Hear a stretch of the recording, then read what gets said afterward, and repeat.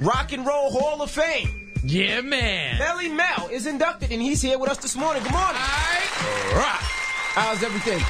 Hey, it's all good. Feeling good. It's a little early for me, but it's all good. It's a little early for all of us, boy. Yeah, I had to stay up all night to make this joint, man. It's a good thing sometimes. So, Mel, if you don't know Melle Mel, Where you been? right now he's like the Hulk Hogan when Hulk Hogan was in his prime.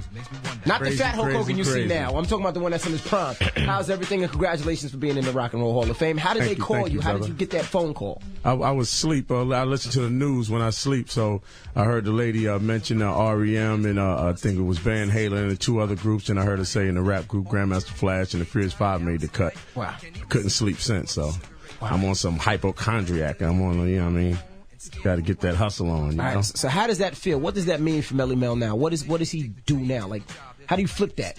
Well, I guess, see, I had my album get ready to come out. I was getting to do the wrestling thing. I was, I had a children's book, so that just added to everything that I was trying to do, like, just an extra, 'cause like cats like from back in the day, like the industry now, they kind of like forgot about us, but the Rock and Roll Hall of Fame put like a whole different light on what we was doing, because a lot of cats ain't never gonna make it to the Rock and Roll Hall of Fame. They ain't even gonna make it to the Cock and Nose Hall of Fame. So, it just made us, just something special, you know what I mean? So now we got another shot to, put some things together. So I got all my things lined up.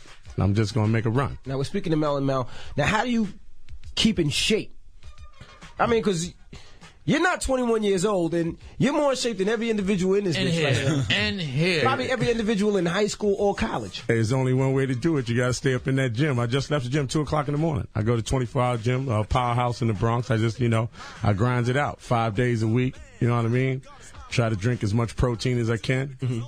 Enough exercise just to stay trim and slim, keep your girlish figure. You know what I'm saying? Nice. Circus sex. They like you to pick them up, throw them around. Exactly. Yeah, burn some calories. I mean, chubby. Melle Mel's here now.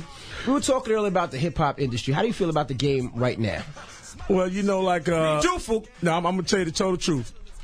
What them Southern boys is doing, I think is like an eye-opener, because at least they brought, the game back to the dance floor where it belonged. You know what I mean? And I think the East Coast, bro, they play themselves out, like trying to go gangster. Everybody like, way too hard. Ain't nobody hard like that. Anybody that say rhymes, they just can't be hard. Right. That's it. Me and everybody else. You're not hard. I mean, you ain't no punk, but you ain't hard.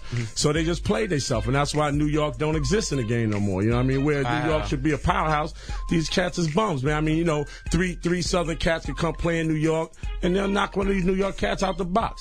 And then if some New York cats go in the South, they don't, they ain't knocking them down. You're supposed to knock them down. I mean, when we was out, we ain't let no Southern cats knock us down. We laid them out. We went all over the country laying them out. You know what I mean? Right. But it's just that, they tried to play that West Coast game and tried to get all gangster, and now everybody all hard, and the streets is crazy, and the block is hot because they wanted it to be hot. It don't make no sense, and it didn't make for good entertainment. So at least the Dirty South cats brought at least Where's his back into the clubs, even though they ain't the best rappers out there. But I mean, you don't need to rap to know how to rap right now. They ain't even about that no more. So it is what it is. Melle Mel's here. If you want to holler at him, 800-223-9797. They're inducted in the Rock and Roll Hall of Fame, which is huge.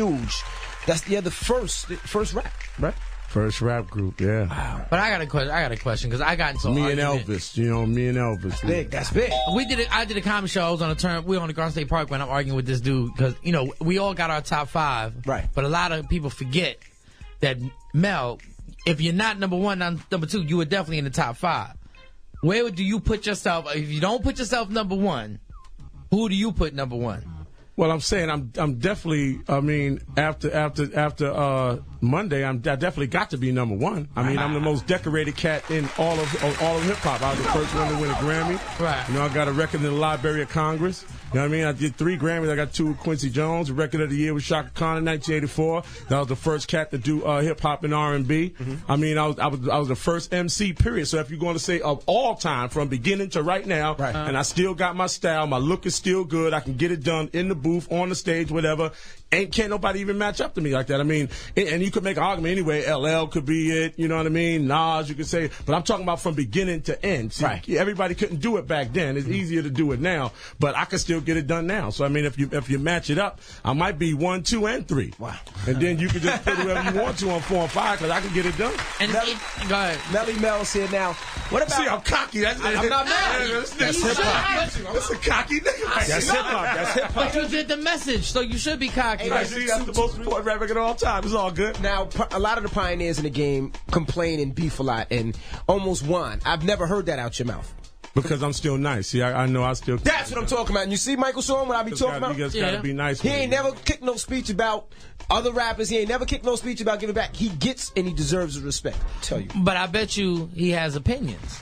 We'll talk about it when we come back. Sometimes you take it as being bitter, and sometimes it's just an opinion on what certain rappers are doing right now. Now, Melle Mel is here. He's inducted into the Rock and Roll Hall of Fame. Now, Rock and Roll Hall of Fame. Rock and Roll Hall of Fame. I'm abducted. Inducted. You were abducted. Abducted to the Rock. My man been up all night like me, huh? We have been up all night, but they tied you up. He been abducted into the cock and nose. All of it. He's in there, goddammit. Now, we were talking about some of the pioneers that are bitter at times, and they always talk about being bitter. But I've never heard that out of your mouth.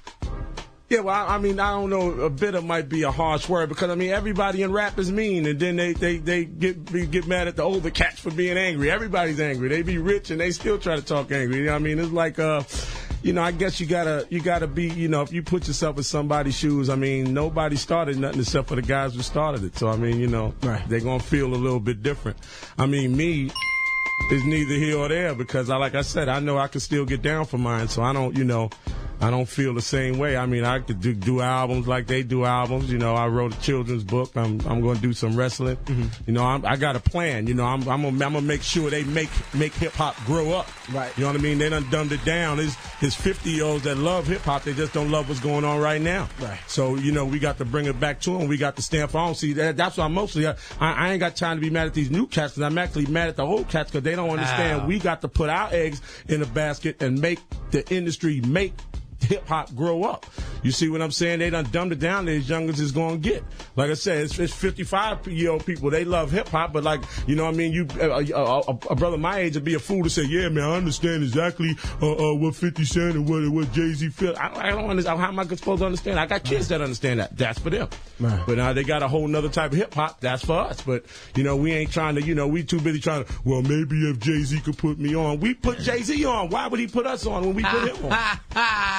See what I'm saying? That's what I'm talking about, Michael Sean. No, I'm going to tell you what we talking about. Melle Mel, when there were battles, when MCs had battles and they had beef with each other, at a certain point they would see each other and get it popping, not on some gunplay or nothing like that. Nothing like that. But cats would get on stage, and then you'd have to actually put your rep on the line, and you slayed a lot of cats. Right. A lot of cats got slayed. Now, I don't know if it was you and Busy B who got at it. No, that was Mo D and Busy B. But, I mean, like, for years, we was undisputed, I mean, with that. I mean, the only way everybody else got a rep is when we made records and left town. Then we just left the city wide open because we had, we went worldwide with it.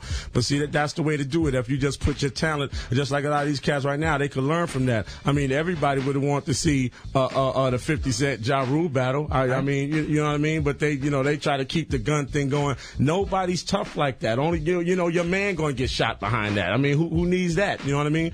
But that's the game that they try to play. I mean, I'm an older cat. I don't think I want to get shot. I'll tell you the truth right now. I ain't never shot nobody. I ain't never stabbed nobody. I ain't trying to go to jail. I'll pass out if they put me in the cell. Ain't gonna be no girls in there. What I'm doing in there with a bunch of guys talking about they know the law and they got caught. You know what I mean? They don't know how to get out. They giving you advice. Yeah, man, well, I'll tell you what you should have did. Should have stayed in your damn house like I should have. Now, there was one battle in particular that talking to Melle Mel, inducted into the Rock and Roll Hall of Fame. Abducted? Oh, see. No, I didn't say abducted. I said inducted. I didn't say abducted. Inducted. Y'all funny. But the one battle that got blown out of proportion that years later I found out from actual good source was the battle with you and KRS-One. Right, it wasn't really a battle like that. And that's what I found. Because people will think that KRS-One, even though KRS-One, respect him, love his lyrics and the whole nine, but they blew it out of proportion, almost like it was an actual battle. What happened? You gotta explain, because I'm only 21, so I don't remember. It's stupid. They battled, but it wasn't a battle. It wasn't actually where Mel got to spit his verse and do. If I'm right. Right. Well, it was like somebody told KRS that I said something about Scott LaRock or whatever. Right. KRS was on. They was doing the show. They was on stage, so he called me out. I jumped on stage. You know what I mean? I did say a rhyme. He said a rhyme, and then we were supposed to come back and battle. That was supposed to be battle. We were supposed to come back, but then he had a show. You know what I mean? And then after that, Scott LaRock made everybody make up. You know what I mean? So it was all cool because Scott LaRock was a good brother. Rest in peace. You know what I mean? Right. Much love for him. But it never, wasn't really no battle like that. It wasn't, What was the classic for you? What was the battle that in your mind when you think about it, like that was hot? Like me and that person were really.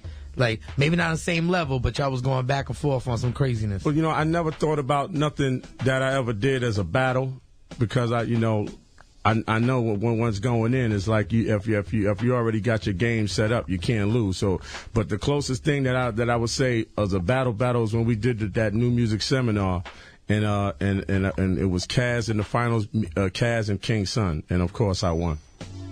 Wow. He said, of course I won. Well, we appreciate you stopping through, and congratulations on all the success. Yeah, and I just want to say, y'all can pick up my new album, Muscles. Stores right now. The you know book. What I mean? And your book. And I got a children's book, The Portal in the Park. Going to be wrestling in the WWE, get some of that John Cena money. Okay. Bodybuilding. Knocking the girls down. I'm doing it all, man. Hey, man. That's hip-hop. That's hip-hop. That's hip-hop. The last one. Knocking the girls down. Big shout-out to 5WPR, my manager, Mickey Benton. I got a big shout-out for the Fierce 5 Flash. We're going into the Hall of Fame. We're going to do it real good. Hen Rock and all the cats in C74. Y'all stop sleeping on your stomach, man. Put your back to the mat, baby. 34 Melle Mel, ladies. All Miss Jones when we come back.